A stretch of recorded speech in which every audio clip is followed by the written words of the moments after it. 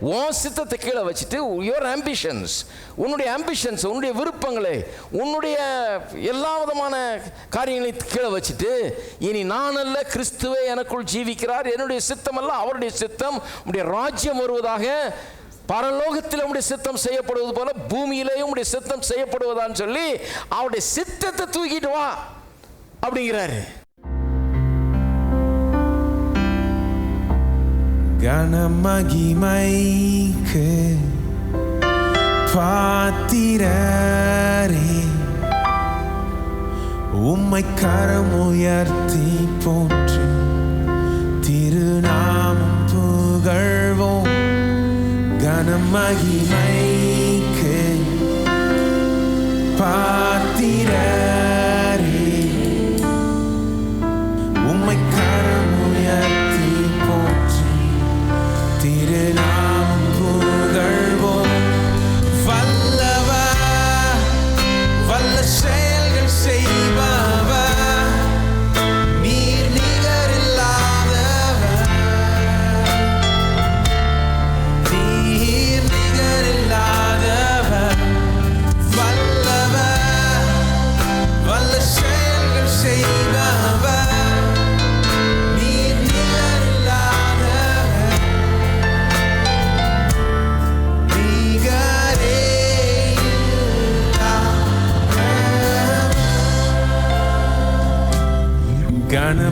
கனமகிமைக்கு பாத்திரரே, உம்மை கரம் உயர்த்தி போற்றி திருநாமம் புகழ்வோம். கனமகிமைக்கு பாத்திரரே, உம்மை கரம் உயர்த்தி போற்றி திருநாமம் புகழ்வோம்.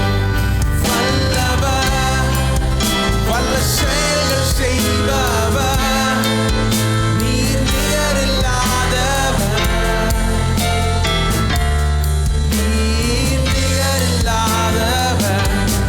வல்லவர், வல்ல செயல்கள் செய்பவர், நீர் நிகரில்லாதவர்,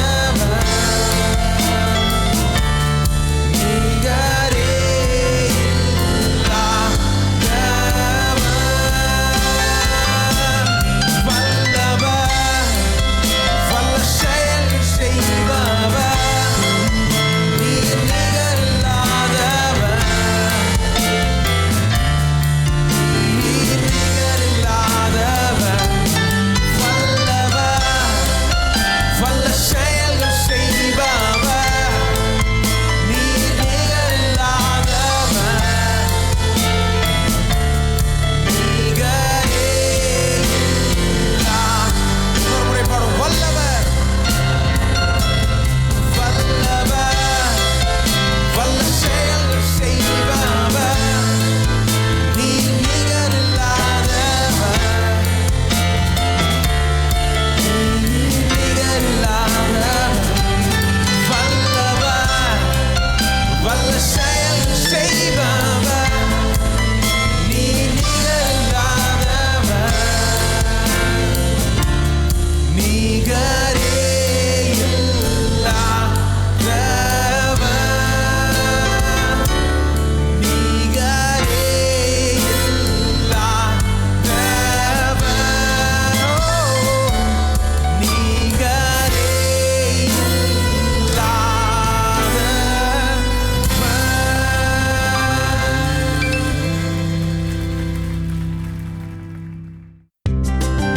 போதகர் சாம் செல்லத்துறை அவர்கள் நடத்தும் பூரண சுவிசேஷ வேதாகம கல்லூரியில் ஊழிய பயிற்சி பெற உடனே விண்ணப்பிக்கவும். விண்ணப்ப படிவம் பெற பூரண சுவிசேஷ வேதாகம கல்லூரி, தபால் பெட்டி எண் 494, சென்னை 7 அல்லது கீழ்காணும் தொலைபேசி எண்களில் தொடர்பு கொள்ளவும்.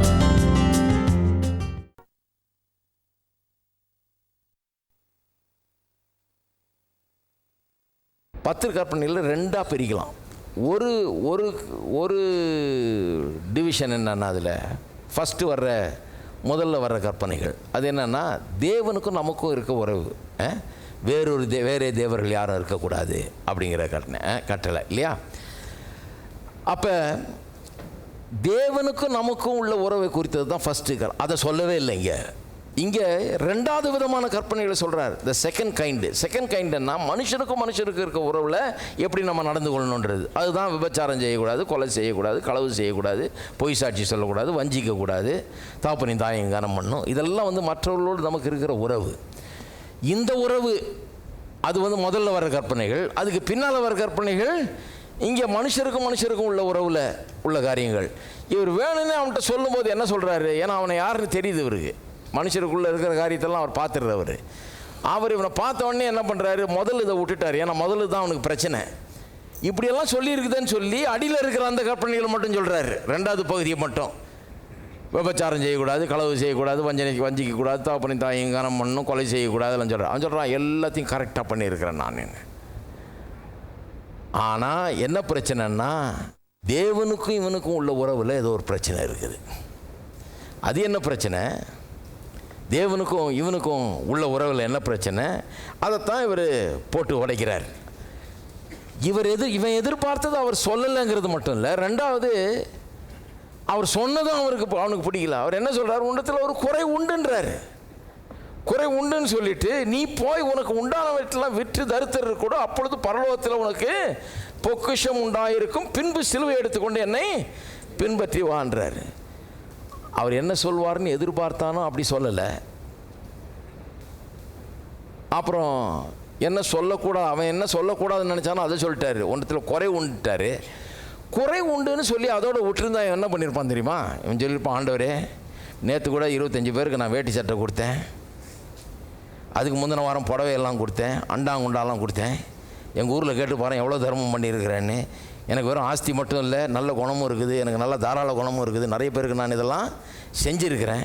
அதனால் என் மேலே தப்பு ஒன்றும் சொல்ல முடியாது. நான் எல்லாம் என்கிட்ட இருக்கிறத வச்சு நான் நிறையா நல்லதெல்லாம் பண்ணியிருக்கிறேன் அப்படி இப்படின்னு எல்லாம் சொல்லியிருப்பான் அவன்.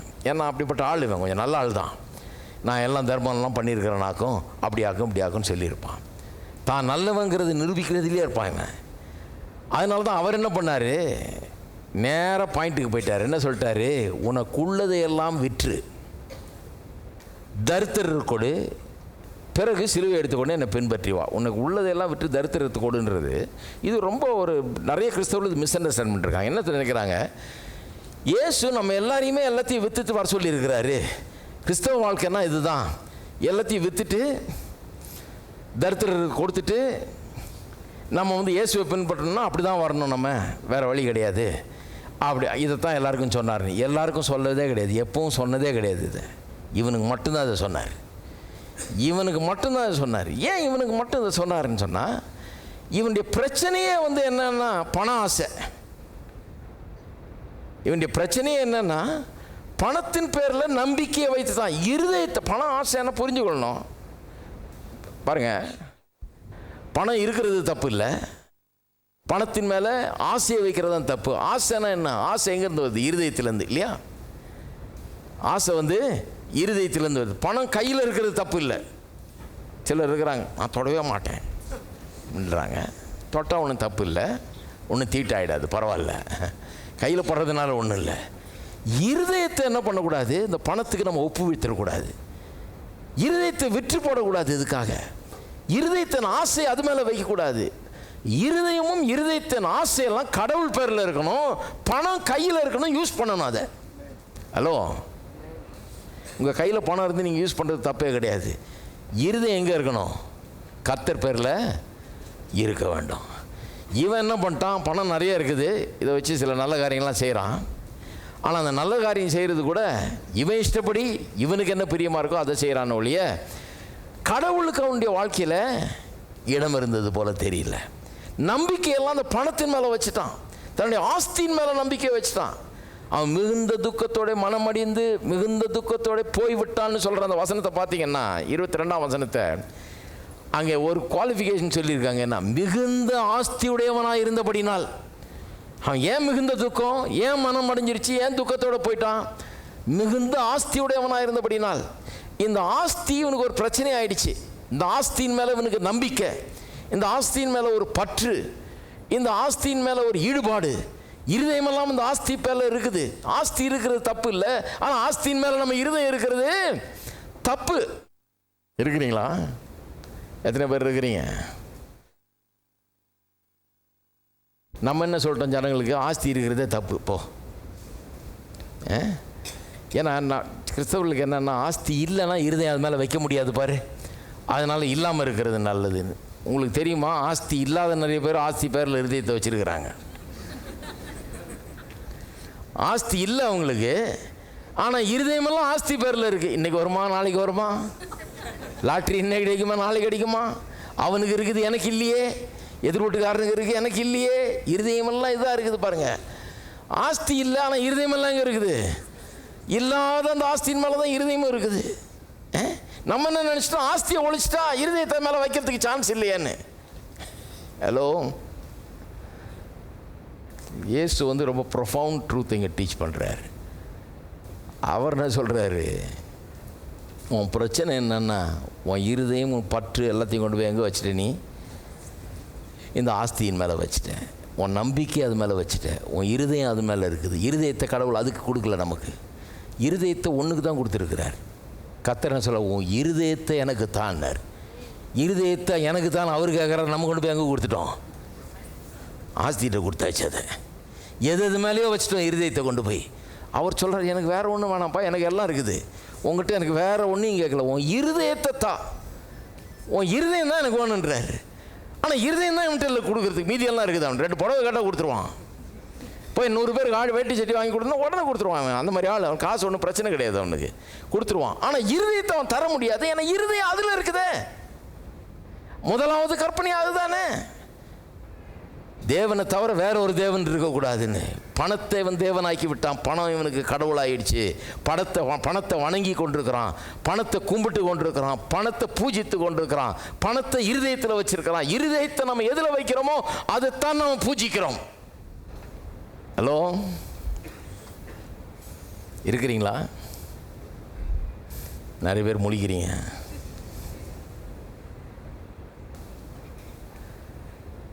யாராவது ஒரு பையன் இருதயத்தையே நான் உங்ககிட்ட கொடுத்துட்டேன்னா எல்லாம் நம்பிடுறது. ஆஹா, ரொம்ப நல்ல பையன். என்ன சரியான பையனே கிடையாது.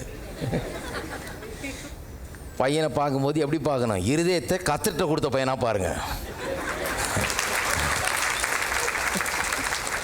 அப்போ உங்களை நல்லா வச்சுக்குவான்.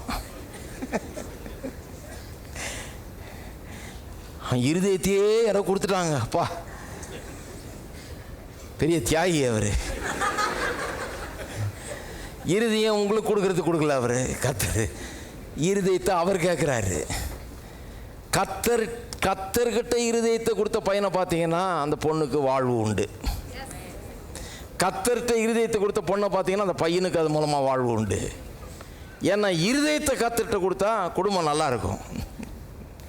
இருதயத்தை கொண்டாந்து புருஷன்கிட்ட கொடுத்துடக்கூடாது, மனைவிட்ட கொடுத்துடக்கூடாது. இருதயம் எங்கே இருக்கணும்? கர்த்தர்கிட்ட கொடுத்துடணும். இருதயம் கர்த்தருக்கு சொந்தமானது. இருதயத்தை அதுக்குன்னு கொடுத்துருக்கிறாரு கர்த்தர். இருதயத்தில் அவரை வச்சு பூஜிக்கணும். இருதயத்தில் அவருக்கு தான் இடம், அவருக்கு தான் அங்கே இடம் இருக்கிறது. இருதயங்கிறது சாதாரண ஒரு காரியம் இல்லை பாருங்க, அது ஒரு பரிசுத்தமான ஒரு காரியம். கர்த்தருக்குன்னு கொடுக்கப்பட வேண்டியது. இருதயத்தில் அவரை நேசிங்க, அவருக்காக வாழுங்க, அவருடைய சித்தத்தை செய்யுங்க. அப்படி வாழும்போது குடும்பம் தானாக செழிக்கும். அது குடும்ப வாழ்க்கை தானாக செழிக்கும். குடும்பத்தில் சமாதானம் வளரும், பெருகும். அதில் ஒன்றும் பெரிய போராட்டம் இருக்காது, பிரச்சனை இருக்காது. என்று சொன்னால் இருதயம் கர்த்தர் பேரில் இருக்கிறது. இவன் பிரச்சனை என்னன்னா, இருதயத்தை எங்கே கொடுத்துட்டான்? பணத்துக்கிட்ட கொடுத்துட்டான்.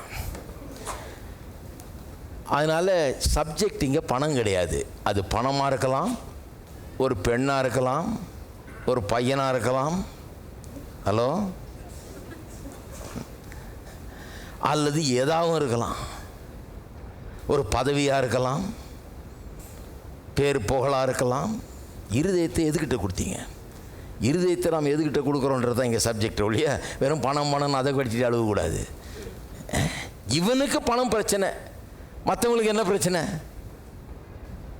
ஹலோ, உங்கள் இருதயம் யார்கிட்ட கொடுத்தீங்க? உங்கள் இருதயம் எங்கே இருக்குது?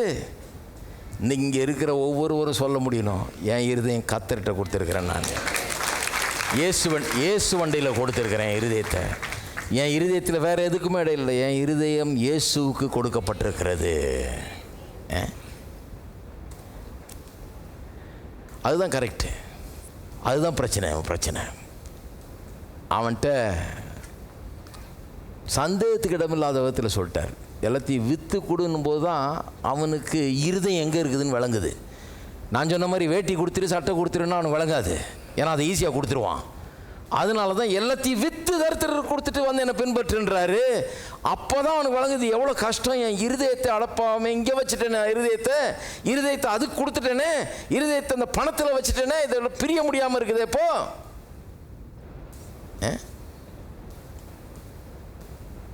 சிலரெல்லாம் பாருங்கள், இருதயத்தை யாரோ ஒரு பொண்ணுக்கோ பையனுக்கோ கொடுத்துட்டு கடைசியில் அது போனோன்னு இவன் போய் இங்கே குதிப்பான் எங்கேயாது.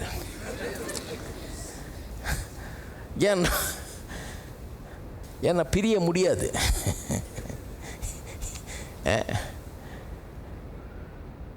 அந்த மாதிரி ஒரு கனெக்ஷன் அது. நான் சொல்கிறேன், அந்த இருதயம் ஆண்டவர்கிட்ட கொடுக்கப்பட வேண்டியது. ஆண்டவரை நீங்களும் பிரியாமல் இருக்கணும், இணைஞ்சு இருக்கணும். அப்போ எல்லாம் கரெக்டாக இருக்கும். வாழ்க்கையில் எல்லாம் சரியான ப்ரொப்போர்ஷனில் கரெக்டாக இருக்கும். இதுதான் கரெக்டு. இப்போ அவனுடைய பிரச்சனை என்னன்னு பின் பாயிண்ட் பண்ணிட்டார் பாருங்க. அவனுக்கு புரியல. அவனுக்கு அப்படியே போட்டு அவனை மண்டியில் அடித்த மாதிரி ஆயிடுச்சு. அவனுக்கு கரெக்டாக என்ன பிரச்சனைன்றத சுட்டி காமிச்சிட்டார். அவனுக்கு எல்லாத்தையும் விற்றுட்டு வான்ட்டார். அவனால் முடியல. மிகுந்த ஆஸ்தி உள்ளவனாக இருந்தபடினால் இந்த வார்த்தையை கேட்டு எல்லாத்தையும் விற்றுட்டு என்னை வந்து பின்பற்றுன்னு சொன்ன வார்த்தையை கேட்டு மனம் அடிந்து, இப்படி சொல்லிட்டாரே, வேறு ஏதாவது கேட்டிருந்தா கொடுத்துருப்பேனே. மற்ற சில பிரசங்கியார் போல் ஒரு 10 லட்சம் கொண்டா எனக்கு கொடு ஊழியத்துக்கு அப்படின்னு சொன்னால் கூட கொடுத்துருப்பாங்க. அப்படி கேட்கல அவர் சொல்லிட்டாரு, எல்லாத்தையும் விற்று போய் கொடுத்துருன்ட்டார். கொடுத்துட்டு என்னை வந்து பின்பற்றுன்ட்டார். மனம் அடிந்து எல்லாத்தையும் விற்றுறதுனா எப்படி, எல்லாத்தையும் கொடுக்குறதுனா எப்படின்னு அவனுக்கு ஒன்றும் அது அவன் யோசித்து கூட பார்க்க முடியல. மனம் அடைஞ்சு போய்விட்டான். ஸோ இயேசு ஏதோ சொல்லுவார்னு நம்பி வந்தான். அதை அவர் சொல்லலை. அதனால் அவனுக்கு பிடிக்கல. இடரில் அடைஞ்சிட்டான். அவர் சொன்னதும் அவருக்கு பிடிக்கல, அவர் சொல்லாததும் பிடிக்கல, சொன்னதும் அவருக்கு பிடிக்கல. அவனை குறித்த சத்தியத்தை திட்டவட்டமாக வெளிச்சம் போட்டு அவர் காமிச்சிட்டாரு. அது மட்டும் இல்லாமல் இந்த வழியில் தான் பிரவேசிக்க முடியும், வேறு நீ நினைக்கிற மாதிரிலாம் பிரவேசிக்க முடியாதுன்னு சொல்லி விட்டார்.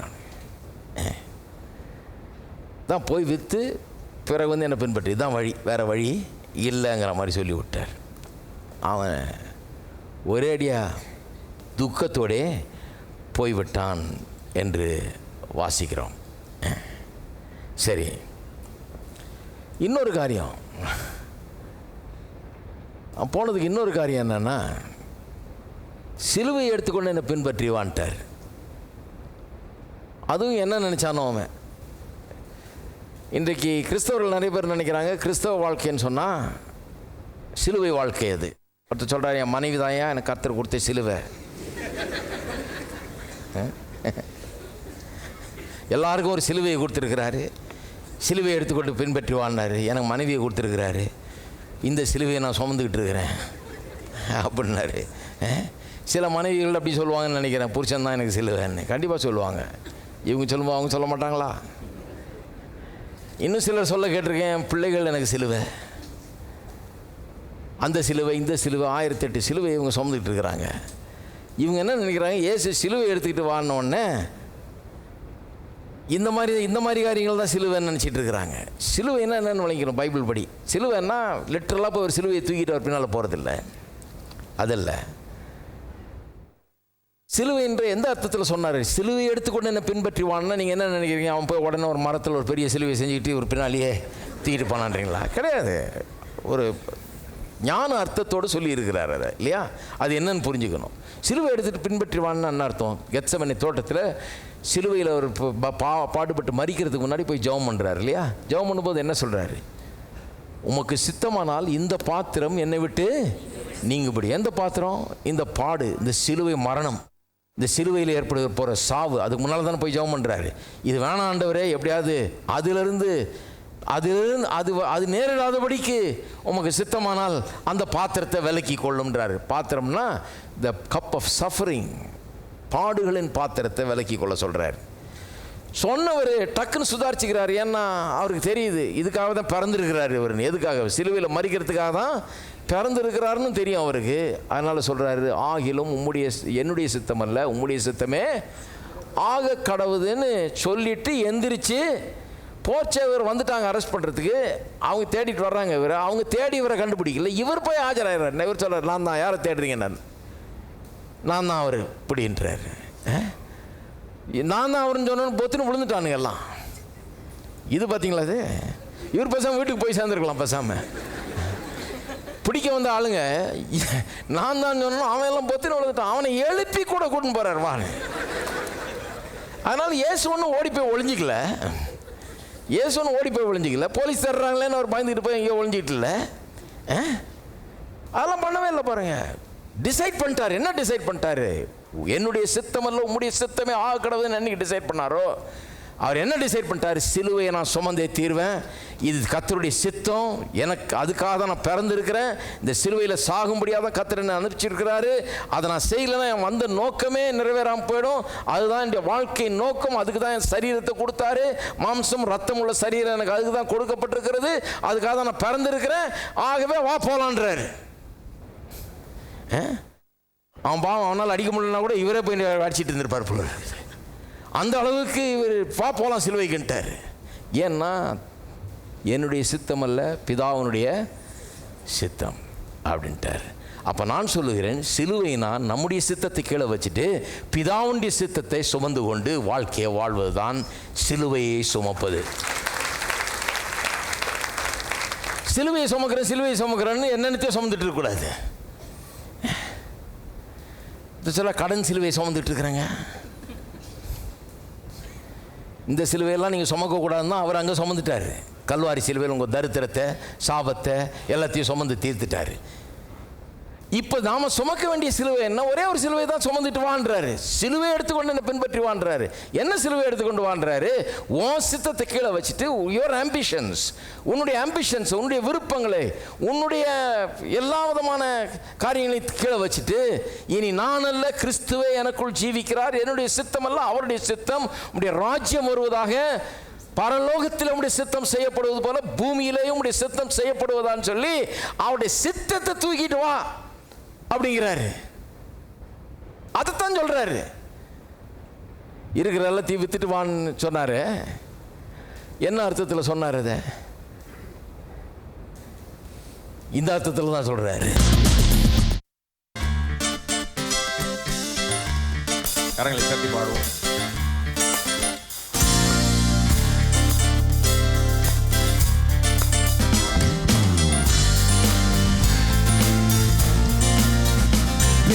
நல்ல பராக்கிரமல்ல தேவ ஆவியினால் கூடும். நல்ல பராக்கிரமல்ல தேவ ஆவியினால் கூடும். நல்ல பராக்கிரமல்ல தேவ ஆவியினால் பராக்கிரமல்ல தேவ ஆவியினால் கூடும்.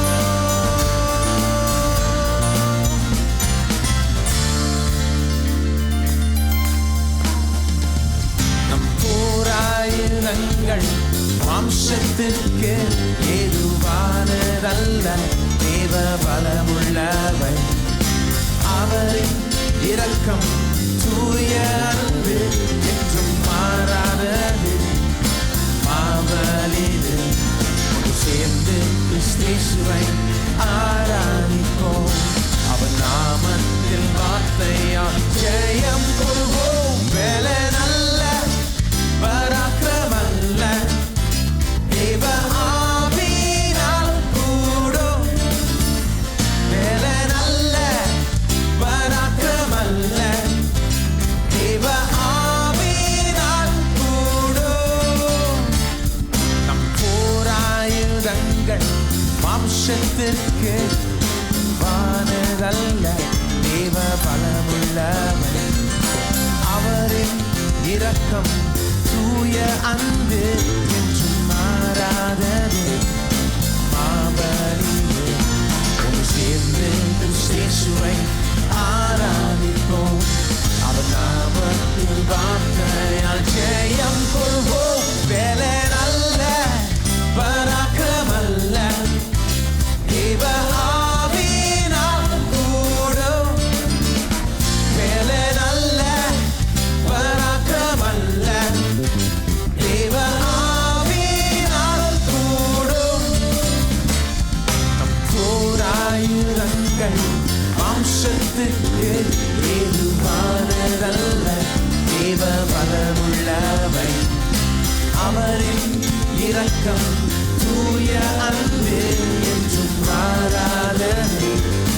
பாவலிது சேர்த்து கிறிஸ்தேசுவை ஆராதிப்போம். அவர் நாமத்தில் வார்த்தை